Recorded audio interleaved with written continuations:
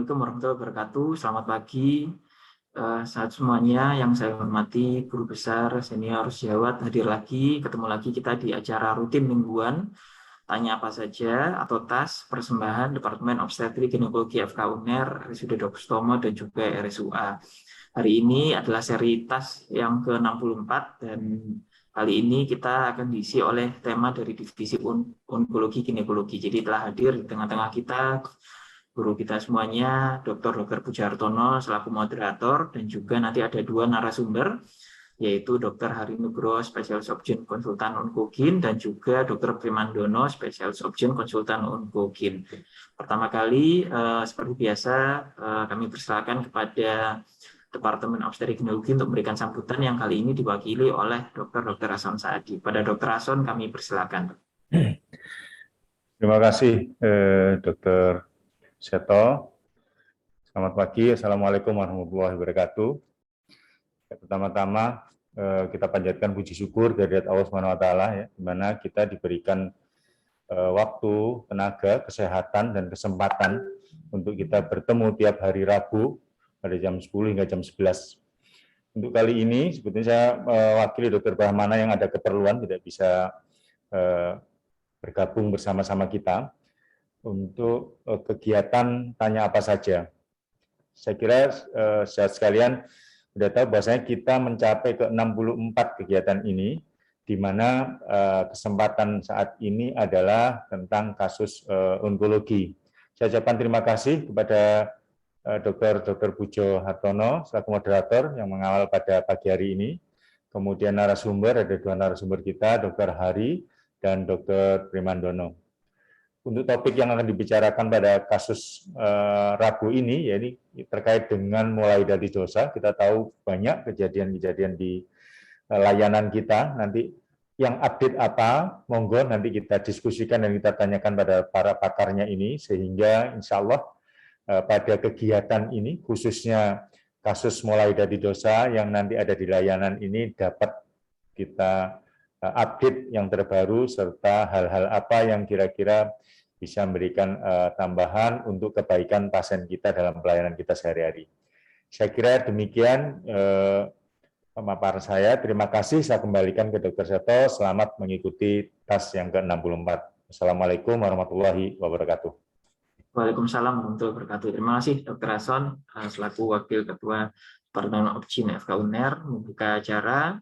Dan seperti biasa kami persilakan pada seluruh peserta untuk bisa memberikan pertanyaan, mengajukan pertanyaan, baik melalui ada beberapa cara, melalui kolom atau fitur Q&A, atau melalui kolom chat, monggo, atau akan jauh lebih baik lagi, bila mana berkenan bisa berdiskusi secara langsung dengan seluruh narasumber kita hari ini, melalui diskusi langsung dengan cara raise hand dulu nanti biar bisa live bersama-sama. Untuk mempersingkat waktu, nanti biasanya juga ada paparan singkat dari masing-masing narasumber sebagai informasi pada Dr. Pujo, mungkin dari Dr. Hari dan Dr. Primandono. Pada Dr. Pujo, kami persilakan. Monggo, Dok. Baik, terima kasih Dr. Seto. Assalamualaikum warahmatullahi wabarakatuh. Yang terhormat Dr. Hasan sebagai Assalamualaikum warahmatullahi wabarakatuh. Kemudian Dr.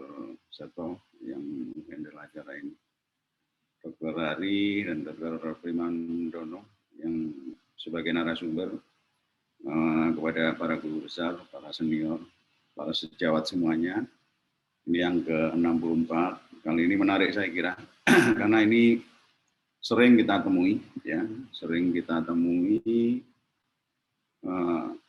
gestational trophoblastic disease, khususnya apa yang perlu dilakukan pasca evakuasi mula.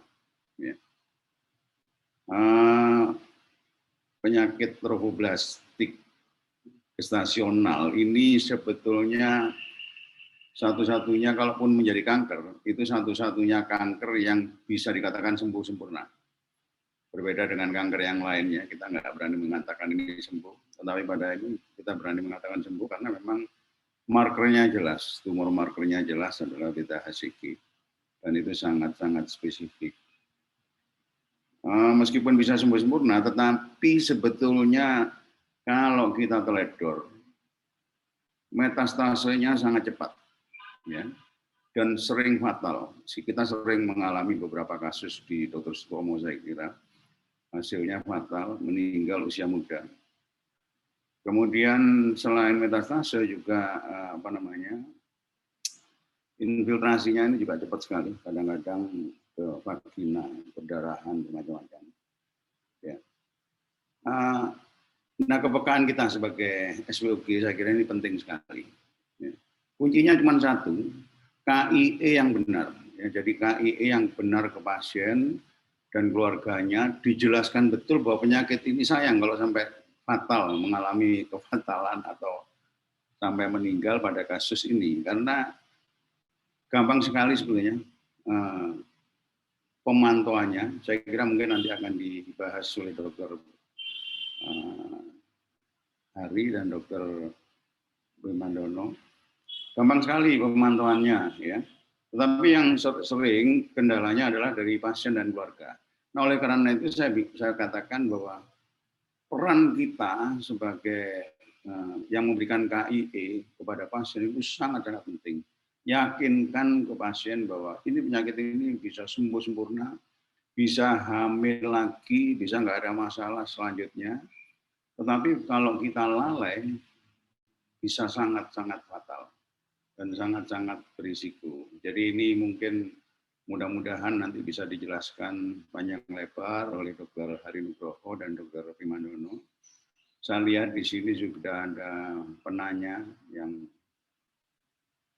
mungkin bisa langsung dijelaskan dari pertanyaannya tentang kapan boleh hamil lagi, kapan pemeriksaan dan sebagainya.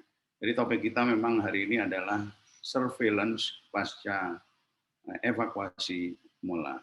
Baik, mungkin Dr. Wimandono bisa memberikan ya sekilas sebagai pengantar untuk sebelum kita masuk ke diskusi. Setelah itu dilanjutkan Dr. Hari Nugroho. Monggo silakan Dr. Wimandono. Terima kasih Dr. Pujo yang saya hormati, rekan-rekan semua, guru besar, senior, dan sejawat. Untuk kali ini kita membahas tentang mola hidatidiosa ya sebagai pembukaan, sekedar review bahwa mola ini merupakan suatu bagian dari penyakit tromboplastik gestasional (PTG). Jadi G-nya ini bukan ganas tapi gestasional, penyakit tromboplastik gestasional. Dalam hal ini mola adalah jinak dan bisa berkembang menjadi pramalignan. Jadi kalau kemungkinan mola komplit itu bisa berkembang menjadi GTN atau gestasional tromboplastik neoplasia yang notabene ganas itu sekitar 15-20%. Mola komplit ini memproduksi beta HCG yang lebih tinggi, kemudian 80% disebabkan oleh homozigot 46XX. Jadi memang karakteristiknya diploid. Kalau kita bandingkan dengan mola yang parsial, maka untuk menjadi ganas, menjadi GTN, gestasional tromboplastik neoplasia, hanya sekitar 1-5%. Jadi yang komplit itu malah lebih bahaya untuk menjadi ganas. Yang parsial malah lebih tidak bahaya. Dia parsial ini memproduksi beta HCG yang lebih rendah, ya dia bersifat triploid, 69XXX atau 69XXY atau 69XYY. Jadi memungkinkan untuk munculnya juga fetus sehingga sering kita salah misdiagnosis dengan abortus incomplete atau misabortion. Kalau kita lihat epidemiologi di Asia ini lebih tinggi 6 kali lipat daripada di Amerika atau di Eropa. Yaitu kalau di Asia itu sekitar 200 sampai 1000 dari 100.000 kehamilan. Jadi klasifikasinya yang tadi saya sebut penyakit tromboplastik gestasional, kita singkat PTG, atau bahasa Inggrisnya gestational thromboembolic disease, GTD itu terbagi dua, mola komplit dan mola parsial. Sedangkan GTN yang ganas, gestational tromboplastik neoplasia, itu kita bagi 5, mola invasif, mola persisten postkuret, dan ini yang akan kita bahas lebih dalam pada pertemuan ini. Yang ketiga adalah koriokarsinoma, ya kita ketemu saat hasil kuret PA-nya. Yang keempat adalah PSTT, placental site tromboplastic tumor, juga langsung ketemu saat hasil kuret PA. kemudian epiteloid trophoblastic tumor, ETT juga akan ketemu. Mungkin itu untuk pembukaan, Dr. Pujo. Baik, terima kasih Dr. Wandono. Jadi ada dua, ya, jadi yang mola sendiri dan neoplasia, yang ke ganas. Monggo Dr. Hari Nugroho, ada tambahan mungkin. Kali ini kita membahas masalah surveillance ya sebenarnya, bagaimana mengetahui sedini mungkin mola dan bagaimana mengetahui sedini mungkin mola itu menjadi neoplasia, menjadi suatu yang mengarah ke keganasan. Silakan Dr. Hari. Baik, terima kasih Dr. Pujo. Mohon izin saya slide share sebentar. Saya ada 5 atau 6 slide supaya lebih nanti terarah sedikit untuk diskusinya. Jadi kali ini kita membicarakan mengenai evakuasi mola itu apakah perlu di follow up gitu ya. Jadi kenapa kok perlu, kemudian apa yang terjadi kalau kita nggak lakukan follow up, kemudian cara follow up yang efektif dan efisien bagaimana, dan apa kriteria GTN itu yang akan kita diskusikan hari ini ya. Nomor 1, kenapa sih perlu follow up pasca evakuasi? Tadi yang dikatakan Dr. Wondi, bahwa 15-70% pasca mola itu terjadi GTN. Jadi dari 100 mola, 15-17 orang itu akan terjadi GTN. Ya. Itu kalau molanya komplit. Kalau molanya incomplete, kemungkinannya lebih kecil, 1-4,5% saja. Dan kalau nggak dilakukan follow up, kenapa sih? Gitu kan? Ternyata sampai 17% tadi, bahkan beberapa mengatakan sampai dengan 20% mola komplit terjadi GTN tanpa kita sadari lebih dini. Dan akhirnya, seperti katakan Dr. Pujo tadi, komplikasi kalau sudah GTN karena keterlambatan diagnosis itu akan sangat tinggi sampai metastasis paru, walaupun dia sangat chemo curable, tapi akan sangat tinggi komplikasinya. Beberapa kali di Sutomo datang karena tidak ada follow up-nya, ternyata jadi GTN yang sudah metastasis otak dan sebagainya, akhirnya kita tidak bisa melakukan apa-apa ya. Kemudian pertanyaan berikutnya, bagaimana cara follow up yang efektif dan efisien? Jadi setelah kuret mola atau histrektomi ya, pilihan tindakan mungkin nanti bisa kita diskusikan kalau ada waktu. Jadi idealnya diperiksa setiap minggu hingga kadarnya normal. Setelah normal diperiksa setiap bulan selama 3 bulan pertama. Untuk resource limited setting, dalam artian biayanya nggak ada ini gitu kan, dikatakan bisa diperpanjang sampai dengan 2 minggu. Di atas 2 minggu sekali maka komplikasinya akan meningkat. Itu semua untuk apa? Untuk mendiagnosa kriteria GTN. Jadi dari Vigo tahun 2000 dan direvisi lagi 2021, ada kriteria GTN. Yang satu adalah kalau PA-nya koriokarsinoma, kalau ini sudah nggak perlu di follow up, begitu keluar PA, koriokarsinoma, mola invasif, atau PSTT langsung GTN dan bisa langsung dilakukan treatment GTN. Yang kedua adalah kadar HCG yang platu. Platu itu apa? Pada 4 kali pemeriksaan dalam waktu 3 minggu, yaitu hari 1, 7, 14, dan 21, itu kadarnya plus minus 10%. Ya, jadi misalnya jadi 1.950, berikutnya 1.050, berikutnya lagi 990, itu berarti plus minusnya 10%, masuk dalam platu. Yang ketiga adalah kadar HCG meningkat lebih dari 10% pada 3 pemeriksaan. Jadi kalau meningkat lebih dari 10% tidak perlu nunggu sampai 3 minggu, tapi dalam 2 minggu saja sudah cukup. Jadi saat hari 1, 7, 14, misalnya dari 1.000, minggu depannya jadi 1.200, minggu depannya lagi 1.400 sudah cukup di GTN dan bisa langsung terapi. Atau kadar HCG-nya masih tinggi setelah 6 bulan atau lebih pasca evakuasi. Kriteria terakhir ini pada rekomendasi Vigo tahun 2021 sudah dicabut. Tapi dalam konteks di negara yang berkembang mungkin masih ada gunanya ya. Jadi kalau kita lihat kurvanya ini yang baru berdasarkan nilai kurva normalnya, kapan kita treatment sebagai GTN pada yang meningkat yaitu 10% lebih tiap minggunya selama 3 kali pemeriksaan dalam 2 minggu, atau yang platu seperti ini dalam waktu 3 minggu 4 kali pemeriksaan plus minus 10%. Yang ini yang biru bisa dikatakan normal. Loh, ini tapi turunnya 20%, nggak apa-apa, tidak perlu terapi, ditunggu aja. 99% dia akan kembali dengan normal, dengan kurva yang masing-masing ya. Jadi itu saja mungkin dari saya. Terima kasih Dr. Pujo. Baik, terima kasih Dr. Hari, sudah jelas ya. Saya kira juga ini tadi menjawab pertanyaan dari Dr. Hari ya. Kapan, bagaimana melakukan pemeriksaan, kapan dikatakan meningkat, ada beberapa kriteria tadi. Mungkin pertanyaan Dr. Hari, kapan kita lakukan pemeriksaan WTHCG pertama kali setelah evakuasi? Zaman dulu ya memang zaman saya dulu memang evakuasi itu 2 kali. 2 kali evakuasi, alasannya apa? Karena biasanya datangnya sudah dalam kondisi yang sangat besar. Tapi sekarang sudah relatif jarang, sehingga kita tidak berani langsung evakuasi. Jadi sebetulnya dasarnya itu saja, tidak ada dasar apapun, karena sangat besar sekali. Kemudian yang perlu dicatat barangkali sebetulnya pemakaian uterotonik atau ditrip dan sebagainya, itu selama jalan keluarnya sudah ada, nggak ada masalah. Dulu kan kontraindikasi untuk dilakukan drip sebelum terbuka. Kalau sudah terbuka, sudah ada flow yang jalan keluarnya, saya kira nggak ada masalah. Tetapi kalau tidak, masih nutup, kemudian ada tekanan, itu yang dikhawatirkan terjadi emboli dan sebagainya. Nah pertanyaannya setelah dikuret, itu kapan kita periksa Dr. Hari? Atau nunggu seminggu atau beberapa hari setelah itu? Monggo silakan Dr. Hari.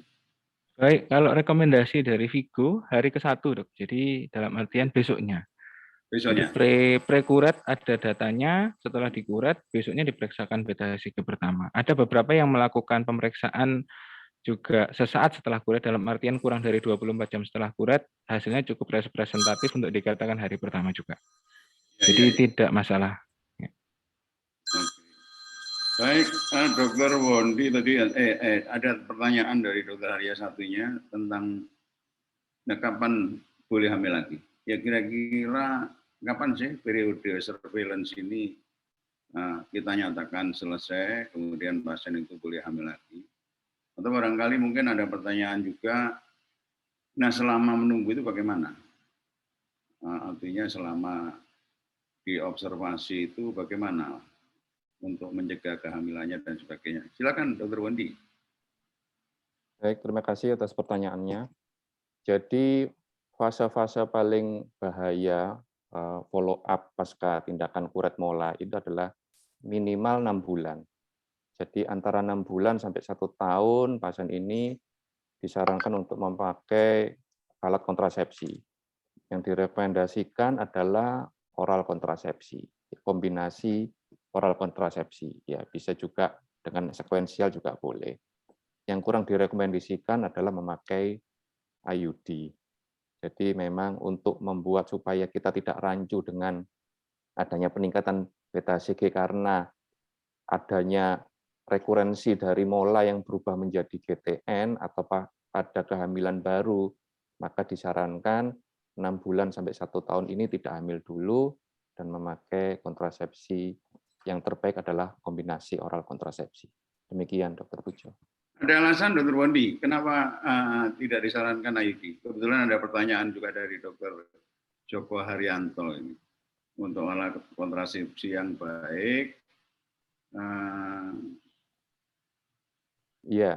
apa kira-kira? Jadi ada 2 faktor utama mengapa IUD tidak terlalu disarankan, karena IUD ini tidak bisa 100% membuat ovarium ini istirahat. Jadi IUD ini meningkatkan resiko kehamilan masih tinggi sekitar 1%. Dan yang ketiga adalah dengan adanya IUD ini dan habis kuret, maka adanya benda asing di mana tidak ada data-data infeksi dari kandungan sebelumnya, ini akan meningkatkan resiko infeksi di mana habis kuret juga ada banyak jaringan-jaringan pembuluh darah kelenjar yang terbuka. Sehingga 3 poin ini juga meningkatkan kewaspadaan kita terhadap kemungkinan kehamilan, kegagalan dari IUD, dan juga infeksi. Demikian, Dr. Pujo. Baik, barangkali mungkin kita tahu bahwa IUD lebih banyak efek samping perdarahan ya. Jadi kita rancu ini perdarahannya karena IUD-nya atau karena yang lain. Mungkin itu yang Iya, benar, Dok. Baik, ini ada pertanyaan lagi saya kira dari Dr. Elizabeth. Bila tidak ada pemeriksaan beta HCG kuantitatif, tool apa yang kami gunakan untuk fundus uteri pasca kuret mola? Monggo Dr. Hari. Wah, ini berat ini pertanyaannya ya. Jadi satu-satunya yang di-approve sampai saat ini ya cuma pemeriksaan beta HCG kuantitatif. Ya. Tools lain seperti USG dan apapun itu ya sampai CT scan atau MRI tidak reliable. Jadi satu-satunya yang reliable hanyalah beta HCG kuantitatif. Jadi kalau ditanya tools apa lainnya nggak ada jujurnya. Mohon maaf. Ya, tegas sekali. Saya kira, ya saya nggak tahu ya harganya mungkin di BPJS, kalau ini pasien BPJS kira-kira juga mestinya ada fasilitas ya untuk ini. Kalau belum ada, barangkali perlu kita pikirkan ya untuk toh kasusnya nggak terlalu banyak, tetapi paling tidak pemeriksaan ini diusulkan untuk bisa dilakukan untuk pasien-pasien BPJS. Karena kalau sudah mengarah ke ganas, wah itu tambah jebol BPJS nanti. Baik, jadi nggak ada pilihan ya. Zaman dulu ada titer itu tapi kualitatif ya. Tapi kalau sekarang sudah kuantitatif dan mestinya harganya juga tidak terlalu mahal. Ini yang saya sampaikan tadi bahwa KIE kita ke pasien, ke keluarga pasien itu betul-betul harus kuat sekali ya. Jadi sayang sekali kalau ini sampai lolos, sampai lepas, kehilangan jejak, terus kembali dalam kondisi yang sudah sangat buruk. Tadi disampaikan Dr. Hari, metastase ke otak, cepat sekali dan cepat sekali menjelek. Saya juga sering menyampaikan seperti kanker serviks. Kalau kanker serviks itu sayang sekali orang Indonesia kalau kena kanker serviks karena perjalanannya jelas. Tetapi kalau ini eman betul. Jangan sampai jatuh ke dalam kondisi yang tidak bagus. Jadi tujuan surveillance itu adalah untuk mengetahui sedini mungkin bahwa ini mengarah ke sesuatu keganasan atau tidak. Nah, setelah 1 tahun itu sudah boleh hamil lagi ya, Dr. Wodi. Apa ada pengawasan khusus pada saat orang ini hamil pasca mola?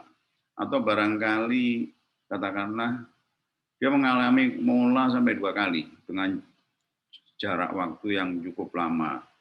Sudah lewat 1 tahun, kemudian dia hamil, tetapi kena mola lagi. Ada nggak datanya itu, Dr. Wandi? Monggo, silakan. Baik, Dok. Terima kasih. Jadi untuk data ini juga kita perlu mewaspadai adanya faktor-faktor resiko. Jadi hati-hati pada pasien yang usia ekstrim ya, pada pasien kurang dari 18 tahun hamil atau lebih dari 35 tahun, kita akan lebih hati-hati. Kemudian kita evaluasi riwayat siklus haidnya bagaimana, teratur atau tidak. Kemudian anaknya berapa, riwayat paritasnya, apakah ada penyakit sebelumnya, pernah kuret sebelumnya atau tidak.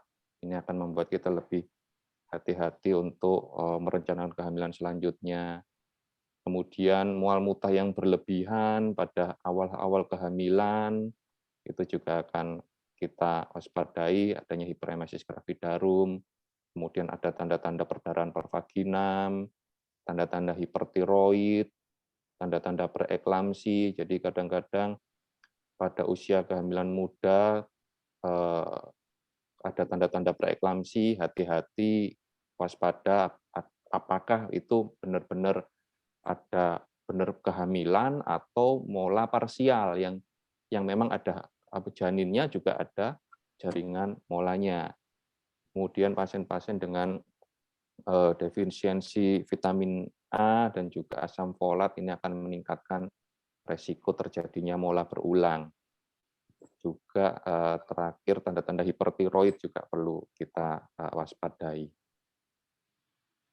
Ya, terima kasih Dr. Wondi. Ini ada pertanyaan dari Dr. Ujianto tentang makanan. Tadi sudah disebutkan, kira-kira makanan apa yang berpengaruh, dan ada pertanyaan juga, kalau waktu evaluasi ternyata hamil, bagaimana? Mungkin Dokter Hari bisa membantu memberikan jawaban. Silakan Dokter Hari. Baik, terima kasih dok. Untuk makanan sampai detik ini belum ada penelitian mengenai makanan tertentu yang meningkatkan resiko terjadinya GTN. Atau kebalikannya, makanan tertentu, oh saya habis kurat mola ini, saya harus makan apa biar nggak jadi GTN. Sampai detik ini belum ada publikasi mengenai pengaruh makanan untuk menurunkan odds ratio menjadi GTN atau meningkat, atau yang bisa meningkatkan. Itu mungkin dok. Kemudian pertanyaan kedua tadi, apa tadi dok? Maaf lupa saya. Hamil, ternyata hamil. Oh ya, kalau misalnya kan kita sudah konseling, kalau mulai hidati dosa, 1 tahun pertama sebaiknya tidak hamil lagi pakai kontrasepsi, atau beberapa mengatakan 6 bulan. Kenapa? Karena 99% mulai hidati dosa simple atau komplit mulai hidati dosa akan recurrency dalam waktu 6 bulan. GTN 1 tahun, GTN low risk 1 tahun, GTN high risk 2 tahun. Tetapi namanya pasien udah di konseling juga kadang-kadang lupa minum dan sebagainya. Gimana kita melakukan membandingkan ini betul suatu kehamilan ataukah suatu GTN. Jadi guideline-nya adalah tetap dilakukan nomor 1 pemeriksaan beta HCG kuantitatif, yang nomor 2 USG secara berkala. Karena kalau sudah pernah GTN, atau nggak usah GTN deh, kalau sudah pernah mola, odds ratio dia untuk kehamilan berikutnya mola akan meningkat 1,1 kali. Kalau sudah pernah mola 2 kali, maka kehamilan selanjutnya meningkat sekitar 1,5 kali untuk menjadi mola. Jadi kalau sudah pernah mola, kemungkinan mola lagi dibandingkan populasi umum lebih tinggi. Gimana kita screeningnya kalau dia lupa KB? Yaitu tadi dilakukan beta HCG kuantitatif untuk melihat kurva perkembangan, dan nanti diperbandingkan antara kurva perkembangan suatu kehamilan normal dan dari lihat secara ultrasonografi. Itu mungkin Dr. Pujo. Terima kasih Dr. Hari, jelas sekali saya kira ya. Ada pertanyaan dari ini mungkin yang sudah saya jelaskan tadi, tidak ada namanya di sini. Kapan kita harus kuret mola 2 kali, kapan sekali. Jadi sangat individual ya. Intinya bahwa kita jangan meninggalkan apapun di dalam. Tetapi juga prinsip kuret saya kira juga jangan terlalu berlebihan. Kalau besar memang sangat berisiko, mungkin berdarahnya banyak, atau kita tahu bahwa tadi sudah disampaikan juga oleh Dr. Wondi dan Dr. Hari bahwa sangat mungkin komplikasi yang menyertai mola itu cukup menakutkan juga ya. Ada preeklamsi sampai eklamsi, kemudian hipertiroid dan sebagainya. Selain besarnya kehamilannya sendiri. Jadi tidak ada patokan yang pasti, intinya bahwa kita harus evakuasi sedini mungkin, kemudian sebersih mungkin. Tetapi ya jangan karena ingin bersih sekali, kemudian pakai kurat tajam, dan bisa saja malah perforasi. Yang kedua juga bisa sinergi, hati-hati ya. Asherman syndrome habis kuret juga perlu kita waspadai. Jadi yang pas-pas saja saya kira. Ada pertanyaan ini menarik saya kira dari Dr. Salman. Sudah dilakukan THBSU. Hasil PA mola non-invasif. Apakah tetap dilakukan pemeriksaan beta HCG? Bentar. Ini mola dilakukan TAHBSO ini kira-kira kenapa ya? Karena kalau itu mola biasa saya kira kecuali ada masalah ya. Tetapi kalau enggak ya sebaik mungkin ya kita cukup evakuasi saja ya, kecuali perdarahan atau sulit dihentikan, berisiko dan sebagainya. Monggo silakan Dr. Wondi.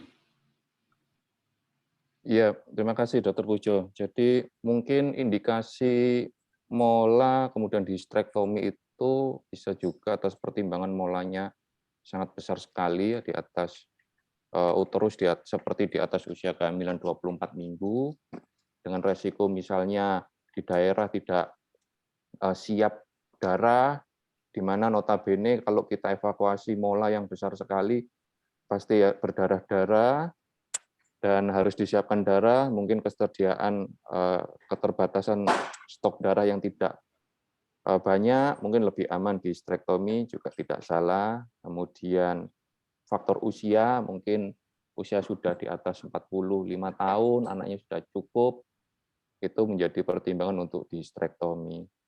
Dan setelah histrektomi tetap kita lanjutkan pemeriksaan kadar beta HCG, ya memang idealnya 1 minggu, tapi mungkin kita masih memungkinkan untuk setiap 2 minggu sekali. Harusnya HBSO, Dokter Wandi. BSO-nya. Oh, tidak harus, dokter. Ya, maaf, saya tadi menjelaskan bahwa boleh di histrektomi kalau bisa tanpa BSO, tetapi juga kita lihat usianya. Kalau sudah mendekati perimenopause, ya boleh dilakukan BSO, tapi kalau masih sangat muda, sebaiknya jangan ya, untuk menghindari menopause prekok. Nanti dokter Arif Tunjung Seto bisa komplain ke onko kalau kita melakukan TAH BSO pada kasus mola yang usianya masih muda. Hati-hati, kadang-kadang ovarium itu umum besar sekali ya pada kasus-kasus mola. Terus dianggap sebagai, oh ini sudah ada kistenya juga, langsung diangkat semuanya. Sebetulnya itu bisa sembuh dengan sendirinya, jadi nggak perlu dilakukan apa-apa ya. Jadi mungkin kita harus hati-hati betul. Nah, ini ada pertanyaan dari Dr. Heru Purnomo Setiawan, senior saya kira ini. Bagaimana mencegah terjadinya GTN? Apakah memang tidak bisa dicegah? Atau karena pengaruh gizi, uretnya nggak bersih, dan sebagainya? Monggo, Dr. Hari, silakan. Baik, pertanyaannya baik sekali ya. Jadi, apakah kita bisa mencegah GTN? Kalau mencegah GTN itu berarti penelitiannya kita bikin cohort gitu ya. Yang satunya populasi A tadi 15-17%, yang satunya populasi tertentu kita bikin intervensi, dari mola bisa turun dari 15%. Sayangnya sampai detik ini tidak ada, Dr. Heru. Jadi belum tahu kita gimana caranya mencegah terjadinya GTN postmolar. Tetapi ada cara yang bisa menurunkan kejadian menjadi GTN pada populasi tertentu dari subgroup analisis. Populasi apa? Satu, usia di atas 40 tahun. Yang kedua adalah kadar beta HCG saat pre-evakuasi di atas 100.000 dan didapatkan kristal lutein ukuran lebih dari 6 cm. Pada populasi tersebut, kalau dibandingkan dilakukan evakuasi mola saja dibandingkan histerektomi, maka kejadian menjadi GTN-nya bisa lebih rendah apabila dilakukan histerektomi. Sekalian ngomong tadi, berarti kapan indikasi histerektomi pada pasien mola? Satu, complete childbearing, udah nggak punya anak lagi, dan didapatkan 3 faktor lagi. Kalau ditanya, lo ngapain kok di histerektomi nggak dievakuasi mola aja? Dari kohort penelitiannya didapatkan apabila ada 3 faktor tadi, usia di atas 40 tahun, kadar beta HCG 100.000 lebih pada saat prekurat, dan adanya kristal lutein, kalau dilakukan histerektomi, kemampuan dia untuk menjadi GTN lebih kecil daripada dilakukan evakuasi mola saja. Tapi kalau ternyata umurnya 35, beta HCG-nya 50.000, tidak ada kristal lutein dibandingkan histerektomi ataupun dievakuasi mola seperti kata Dr. Pujo tadi, ya nggak ada bedanya, ngapain dievakuasi mola biasa aja. Kemudian yang pertanyaan kedua, apakah pada pasien ini jadi GTN gara-gara kuretnya kurang bersih? Insya Allah enggak ya. Jadi untuk menjadi GTN bukan karena kuretnya kurang bersih atau kuretnya ini 1 kali, 2 kali, seperti yang dikatakan Dr. Pujo tadi, rekomendasi terakhir tidak diperlukan kuret 2 kali. Tapi apakah kuret 2 kali salah? Tidak, sangat-sangat tidak salah. Sangat diperlukan kalau misalnya ukurannya besar, 1 tahap sudah hipovolemik berat, habis itu ada thyroid storm, kita mungkin harus stop dulu, kasih atrotonika, kemudian kita USG. Jadi ternyata yang faktor yang sangat penting dilakukan di saat melakukan evakuasi itu di USG. Jadi evakuasi sambil USG. Kalau anestesi sudah bilang suruh stop karena tidak stabil dan sebagainya, dari USG kita masih banyak sisa, itu adalah indikasi dilakukan 2 kali kuret. Tapi bukan berarti 2 kali selalu lebih bersih daripada 1 kali. Dan apakah 2 kali 1 kali indikator terjadi GTN? Tidak. Jadi kalau pasiennya ngomong, ini gara-gara kuretnya kurang bersih, itu tidak sesuai. Gitu Dr. Pujo dari saya. Baik, terima kasih. Jadi memang selain itu juga ada faktor-faktor genetik ya, yang kalau di luar negeri mungkin sudah diperiksa semuanya. Jadi mapping ada kekurangan protein di dalam tubuh atau kesalahan-kesalahan protein yang terjadi di dalam tubuh. Saya kira ini juga menjawab pertanyaan Dr. Indi tadi. Ini Dr. Bambang Ari Wijaya ini, sahabat kita di Pacitan, luar biasa ini, nggak keluar-keluar dari Pacitan. Mudah-mudahan di Pacitan sudah bisa ya pemeriksaan kuantitatif. Jadi zaman dulu bisa dengan tes kehamilan. Tadi saya kira sudah dijawab oleh Dr. Hari. Rasanya nggak ada pilihan. Jadi mungkin kita tidak boleh menyerah. Mungkin kita harus mapping di mana saja daerah-daerah yang tidak ada pemeriksaan seperti ini. Rasanya kok kalau era sekarang tidak bisa, ada daerah yang tidak bisa melakukan pemeriksaan ini ya rada kena menen. Jadi urusannya Poki nanti. Saya kira itu mungkin Dr. Bambang Ari Wijaya. Dr. Bramantyo Aji Wicaksono. Bagaimana, apa saja yang dilakukan untuk evaluasi pasca kemo pada GTN? Ini sudah GTN, dilakukan kemo, kemudian sudah selesai. Kira-kira apa lagi yang dilakukan evaluasi, apalagi? Dr. Wimandono, monggo. Baik, terima kasih. Jadi kalau ini GTN berarti sudah ganas. Bisa kita ketahui ada prognostik faktor untuk GTN, ada tabelnya untuk menentukan dia termasuk GTN low risk atau high risk. Jadi kalau misalnya nilainya di bawah 7 dari penilaian tabel-tabel itu, hitung-hitungan tabel, maka kita bisa memberikan kemo single dengan methotrexate. Tapi kalau GTN yang low risk, yang high risk, maka kita memberikan kemoterapi kombinasi. Nah, setelah selesai kemo, kita selalu melakukan follow up pemeriksaan beta HCG setiap 2 minggu. Setelah beta HCG normal di bawah 5, maka kita memberikan kemo after course, artinya 2 kali kemo lagi untuk memastikan memang benar-benar baik. Dan setelah itu kita tetap akan melakukan evaluasi beta HCG setiap 2 minggu sampai 1 bulan selama minimal 6 bulan. Jadi untuk menentukan faktor resiko munculnya kembali faktor-faktor GTN pada pasca kuretase, hati-hati sejak awal beta HCG yang lebih dari 100.000 tadi, yang sudah disebutkan Dr. Hari, kemudian usia pasien yang lebih dari 35 tahun, kemudian adanya kista lutein dengan diameter lebih dari 6 cm waktu di awal-awal, ini biasanya kadang-kadang agak membandel. Jadi setelah evaluasi monitoring kemo masih perlu kita cek beta HCG-nya. Tapi kita perlu ingat bahwa ada hal-hal tertentu yang kita akan lebih waspada, lebih mudah kambuh lagi. Demikian, Pak Pujo. Terima kasih, Dr. Wondi. Saya kira ini satu lagi pertanyaan, barangkali Dr. Hari bisa membantu. Laminaria sulit di daerah, ya. Jadi laminaria ini satu alat untuk yang menyerap cairan di situ. Alat itu kalau dimasukkan, dia menyerap cairan, terus ukurannya tambah besar, sehingga membuat serviks itu menjadi terbuka, ya. Jadi laminaria. Saya nggak tahu kalau di Surabaya rasanya nggak sulit, tetapi di daerah katanya sulit. Barangkali ya mungkin ada upaya ya dari Poki untuk memikirkan ini juga.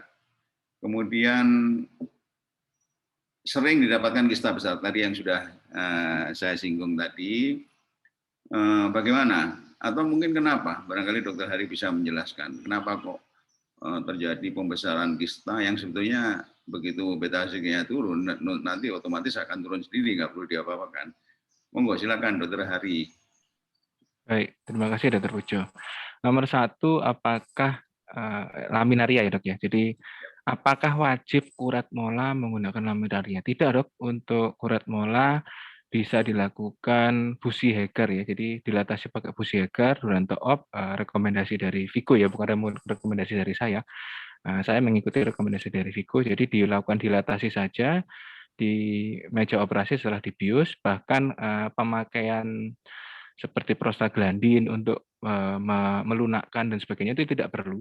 Nah, cukup langsung di meja operasi, dilakukan pembiusan, langsung dilakukan dilatasi agar, setelah terbuka seperti katakan Dr. Pujo tadi, langsung dilakukan pemberian uterotonika dan langsung dilakukan kuret suction, itu sudah cukup. Jadi tidak wajib menggunakan laminaria. Selama detik ini saya tidak pernah pakai laminaria, waktu PPDS saja dulu, dan alhamdulillah tidak pernah ada komplikasi. Kemudian untuk kista lutein yang besar ya, besar itu ada yang ngomong di atas 8 cm, ada yang ngomong di atas 6 cm. Saya setuju dengan Dr. Pujo, bukan sering kali lagi ya, 90% lebih kalau sudah dievakuasi dia akan mengecil sendiri.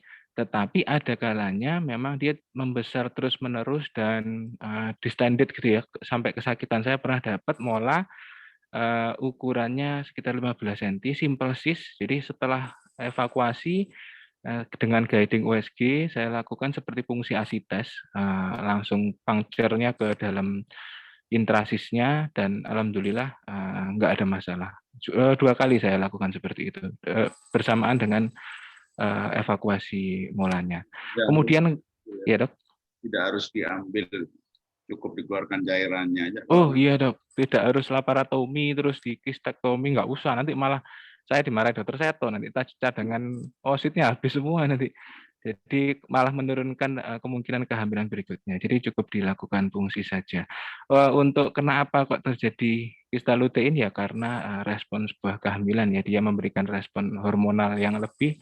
Jadi dia karena sel sensitor populasinya membutuhkan hormonal lebih, dia produksinya berlebihan sampai akhirnya makin besar. Akhirnya makanya dilihat salah satu indikator bahwa mola ini responnya nanti bagaimana dari ukuran kista luteinnya. Mungkin gitu Dr. Pujo.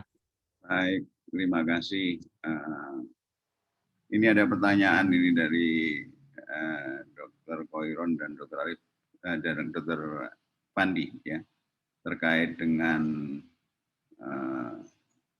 pil kontrasepsi tadi.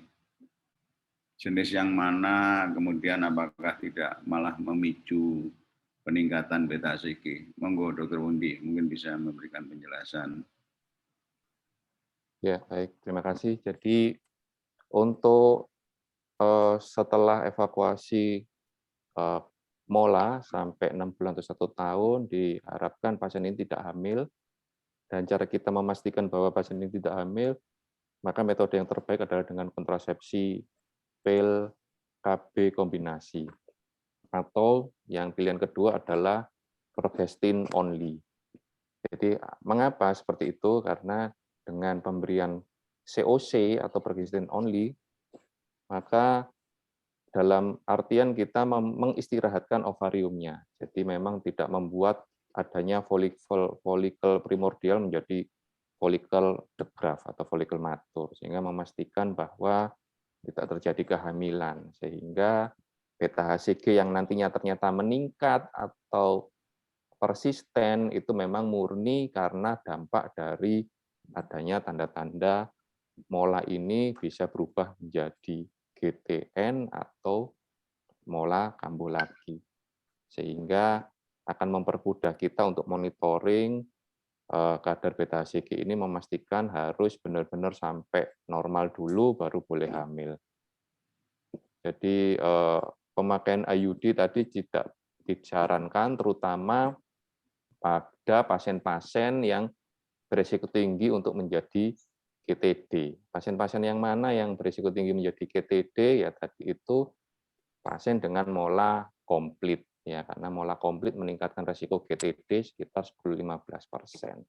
Kemudian pasien dengan kadar beta HCG lebih dari 100.000 pada usia pasien lebih dari 35 tahun.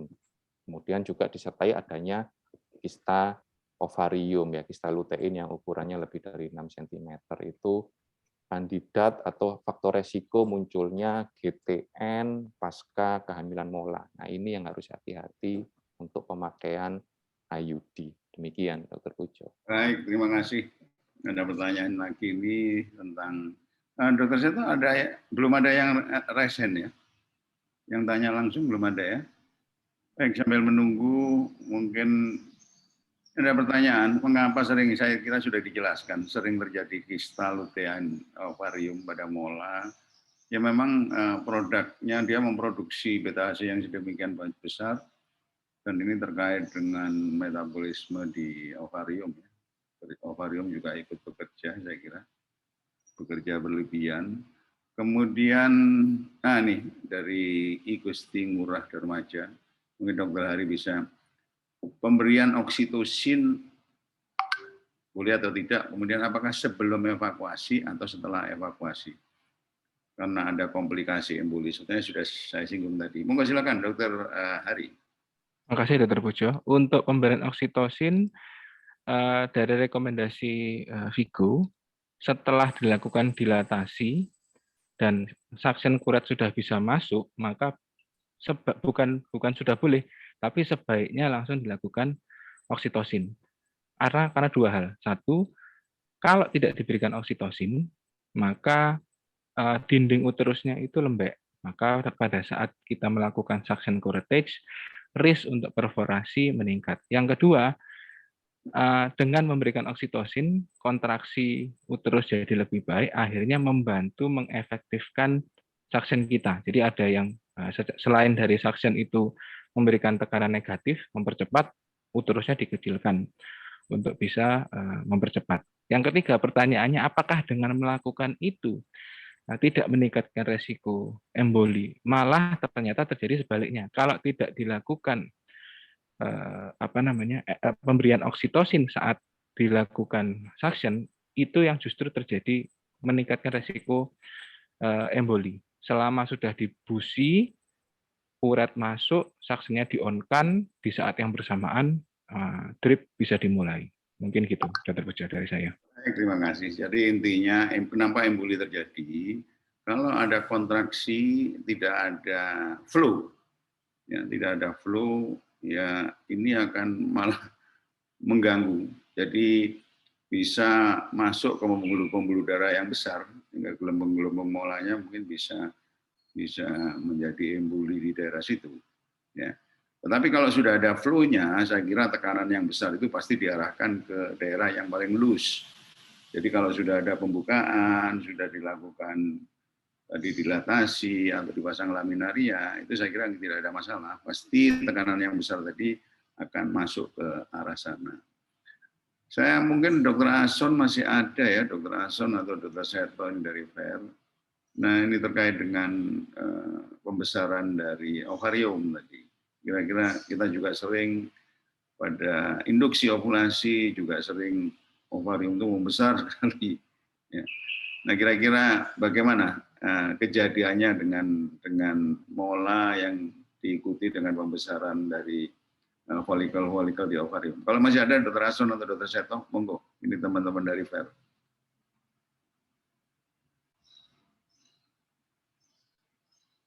Dr. Seto mungkin, atau Dr. Ason, masih monitor.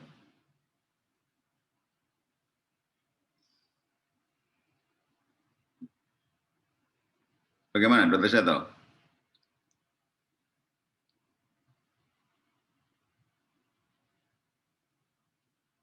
Baik, rupanya masih belum termonitor dengan baik.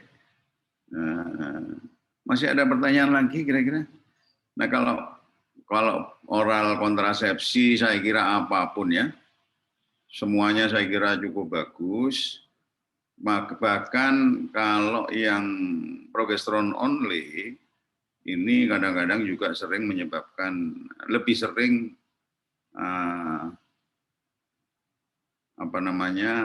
spotting atau perdarahan-perdarahan ya dibandingkan yang combine. Saya nggak tahu, pengalaman saya seperti itu, kecuali dosisnya sangat tinggi ya. Biasanya kalau ada perdarahan justru kita kasih progesteron dengan dosis yang cukup besar, tetapi kalau dosis-dosis kontrasepsi khawatirnya malah justru awal-awal justru terjadi spotting. Tergantung juga pemberiannya, apakah sudah ada reaksi dari estrogen sebelumnya.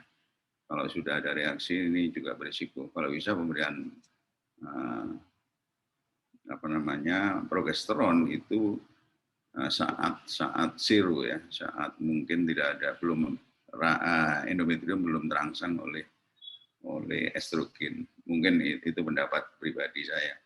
Saya kira apapun pil kontrasepsi, tetapi yang dan dosisnya saya kira sudah macam-macam, bisa di-adjust, isinya juga macam-macam, tergantung menimbulkan efek samping yang lain atau tidak. Karena sering juga kadang-kadang sangat individual, ada yang pusing, ada yang mual, dan sebagainya. Yang pusing, yang mual dengan pil kontrasepsi yang mahal, kadang-kadang dengan pil bangsanya andalan atau yang murah-murah itu malah lebih bagus ya, lebih tidak ada keluhan. Ini pengalaman saya di praktek, kadang-kadang malah dengan pil yang murah malah lebih cocok. Baik, saya kira sudah. Masih ada pertanyaan kira-kira? Izin dok, ini ada yang tanya tapi salah japri ke saya. Saya izin membacakan ya dokter. Nah, dokter Erik. Jadi dia tanya, jadi dia di rumah sakit perifer ya, jadi karena ketakutannya terjadi GTN, setiap pasien mola dilakukan pemberian MTX low dose. Apakah ini sesuai kaidah atau tidak? Ya, jadi kalau saya boleh jawab, sudah tidak direkomendasikan lagi ya pemberian MTX sebagai profilaksis. Semua pasien mola dievakuasi terus di MTX. Berarti kalau lihat statistik yang 15-17% menjadi GTN, maka Anda akan memberikan 85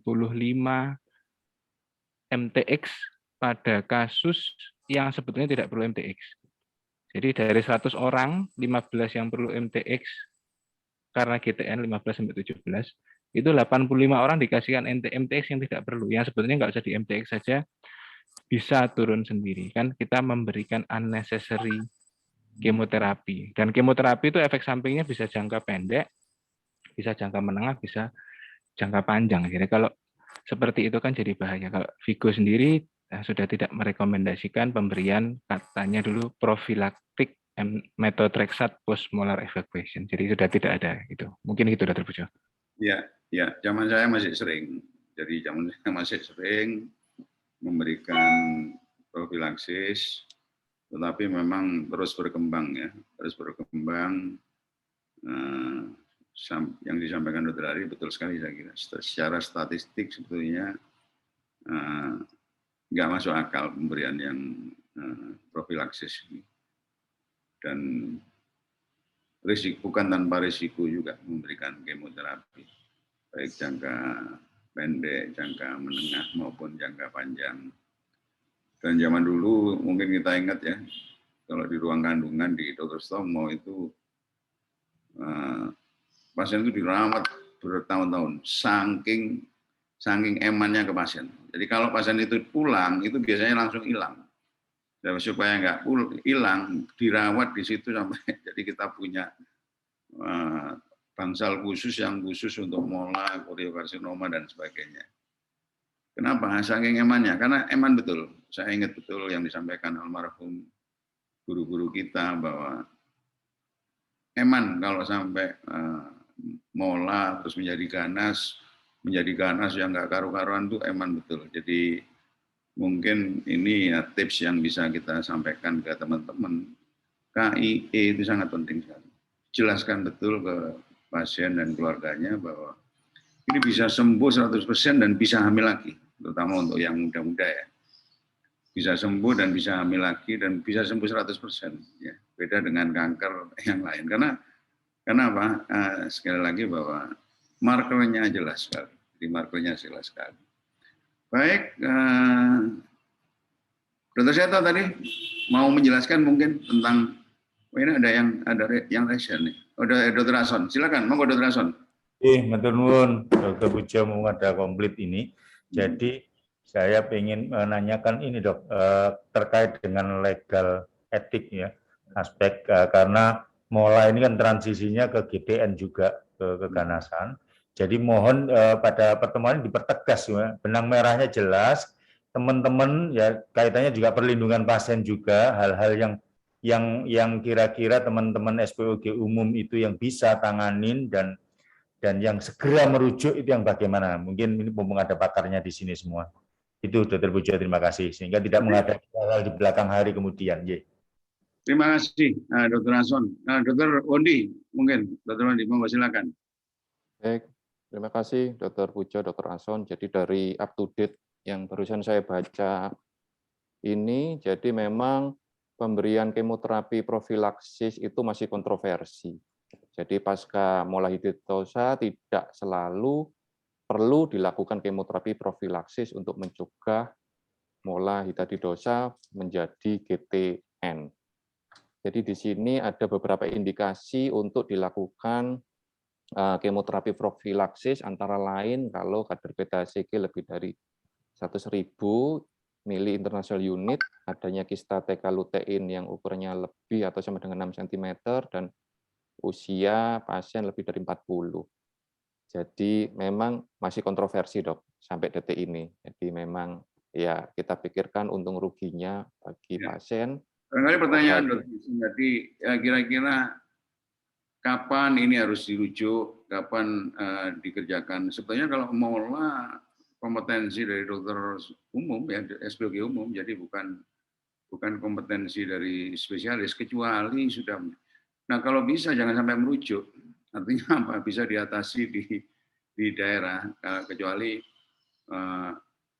meningkat, oke lah, nggak masalah. Atau sebetulnya kemonya juga MTX-nya pun sebetulnya bisa, kalau yang low risk itu cukup intramuskuler dan diberikan kalau nggak salah 5 kali ya. Mungkin dosisnya Dr. Hari nanti bisa menyampaikan. Tetapi kalau yang berat baru mungkin bisa dirujuk. Tapi kalau bisa janganlah sampai merujuk mola atau GTN yang sudah berat. Bukan karena kita nggak mau dirujuk, tetapi ya artinya ada miss ya di daerah bahwa kok sampai terjadi seperti itu. Ini eman-eman. Ya memang bukan faktor kita saja, tetapi faktor pasien dan sebagainya juga bisa. Dan ini juga mungkin penting menjelaskan untuk teman-teman dokter umum atau teman-teman bidan. Monggo Dokter Hari, kira-kira bagaimana ini? Pertanyaan Dokter Hasan, saya kira bagus sekali. Kapan kompetensi SPOG umum atau SPOG konsultan, saya kira kok nggak terlalu ya. Monggo silakan. Ya, baik. Terima kasih. Pertanyaan bagus sekali ya. Kapan kompetensi ini bisa dikerjakan sebagai SPOG umum? Jadi, kalau kita mau melihat seperti itu, kita harus melihat complication risk ya. Nomor satu, kalau dia GTN, kan simple ya. Kalau dia GTN, kita mencari apakah GTN low risk atau GTN high risk. GTN low risk itu maksudnya apa? GTN low risk of resistant kemoterapi sama GTN high risk of resistant kemoterapi. WHO sudah membagi skor 6 ke bawah, sama dengan 6 low risk, 7 ke atas high risk. Maksudnya apa? Maksudnya itu dari cohort analysis itu, kalau 6 ke bawah, itu dikasih kemoterapi MTX saja, yang sembuh itu 93-97%. Nah, itulah tempatnya di mana SPOG umum bisa memberikan. Kenapa? Karena cuma MTX. MTX-nya pun low dose, 1 ampul nggak tahu sekarang harganya berapa ya. Kalau nggak salah 50.000 itu bisa buat seminggu ya Dokter Pujo ya, lupa 50 saya. mili itu menjadi 3 kali suntikan. Kalau nggak salah seminggu 2 ampul ya Dok ya. Seminggu rata-rata kalau berat 50 kilo 2 ampul ya mungkin ya. Ya, 1,5 cc biasanya. 50 iya. mili itu diambil 1,5 cc. Jadi perlu 2 ampul untuk 1 seri pertama. Itu dengan biaya cukup murah ya Dokter Pujo ya. Murah sekali. Iya, jadi waktu ini ada di daerah memang nggak tersedia ya, karena jarang. Ya. Kalau di Surabaya saya kira masih mungkin. Iya, untuk dulu saya pernah waktu PPDS ada Dokter Koiran di sini ikut. Jadi sama Dokter Koiran waktu saya PPDS di Selong itu saya bikinkan protokol pembelian MTX low dose, dan ternyata pasiennya alhamdulillah sembuh ya, karena 93-97% itu sembuh. Jadi kalau GTN gimana diagnosanya dari tadi ya, ada 4 kriteria. Terus kemudian low risk, boleh diterapi sendiri dengan MTX low dose yang cukup murah. Bisa disampaikan risk faktornya. Teman-teman barangkali apa sih yang dimaksud low risk, high risk? Kita kan bisa melihat angka 6 dan sebagainya itu dari faktor apa. Meskipun mungkin kalau teman-teman tahu mungkin bisa mencari di WHO ya. Saya izin share Screen Ya. aja, Dok. Dr. Wondi udah menyiapkan juga nih. Monggo. Silakan dilanjutkan, Dr. Ari. Jadi bisa aja, oke, dilakukan oleh teman-teman di anu ya. Ya ini, Dok, faktor Di daerah pronostiknya. ya. Jadi kita ngomong tadi 6, 7 itu Oke. berdasarkan scoring Vigo. Jadi yang kita lihat adalah umur, kemudian riwayat kehamilan sebelumnya. Kalau misalnya riwayat hamil aterem ini hati-hati, tambah nilainya 2. Kemudian yang nilainya tinggi-tinggi itu adalah jarak. Jadi jarak kalau semakin jauh jarak kehamilan sama sebelumnya, nilainya tinggi.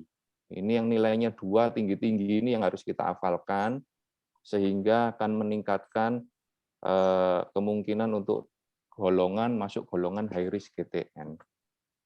Juga kemungkinan yang tinggi lagi adalah kadar beta HCG tadi ya. Kalau sudah lebih dari 100.000, 10 pangkat 4, nilainya sudah 2. Terus uterusnya ya kita ukur termasuk uterus lebih dari 5 cm. Kemudian hati-hati mulai ini GTN ini paling mudah metastasis ke tulang, metastasis ke paru-paru. Jadi kalau metastasis ke paru malah nilainya 0. Tapi kalau sampai metastasis ke pencernaan, nilainya 2. Ya mungkin ini gampang-gampang sulit untuk menghafalkan, tapi kita hafalkan aja yang tinggi saja, mungkin ini akan lebih mudah. Jadi faktor usia ternyata tidak terlalu mempengaruhi, tetapi usia tua akan lebih meningkatkan resiko. Mungkin demikian, Dr. Pujo. Baik, terima kasih banyak. Ya, mudah-mudahan teman-teman bisa memahami ini ada bagian dasar dari low risk dan high risk tersebut. Baiklah, saya kira sudah lewat 1 jam.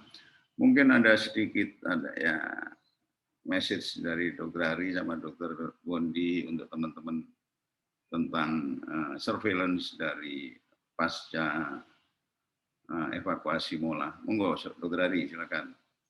Baik, kalau saya nggak bisa 1 minggu sekali, 2 minggu sekali, kalau nggak bisa 2 minggu sekali ya saya sejujurnya sebisanya pasien ya. Jadi kalau misalnya bisa sebulan sekali ya gimana lagi, bisanya cuma seperti itu. Tapi harus ada pemeriksaan lebih dari 1 kali supaya kita tahu base-nya gimana dan berikutnya gimana. Jadi kalau cuma 1 kali, misalnya habis evakuasi 200.000, habis itu panik, wah ini 200.000 bahaya. Tapi ternyata kalau diperiksakan 1 bulan lagi jadi 10.000, ya kan berarti baik. Jadi minimal ada 2 kali pemeriksaan. Semampunya pasien, kalau bisa seminggu sekali, alhamdulillah. Kalau nggak bisa, diperpanjang. Rekomendasi maksimal sebenarnya 2 minggu, tapi beberapa ya kalau misalnya nggak ada biaya bisa 3 minggu atau 4 minggu sekali. Mungkin itu aja, Dr. Pujo. Baik, terima kasih Dr. Ari. Dr. Wondi? Sudah cukup, Dr. Pujo. Terima kasih. Oke, baik.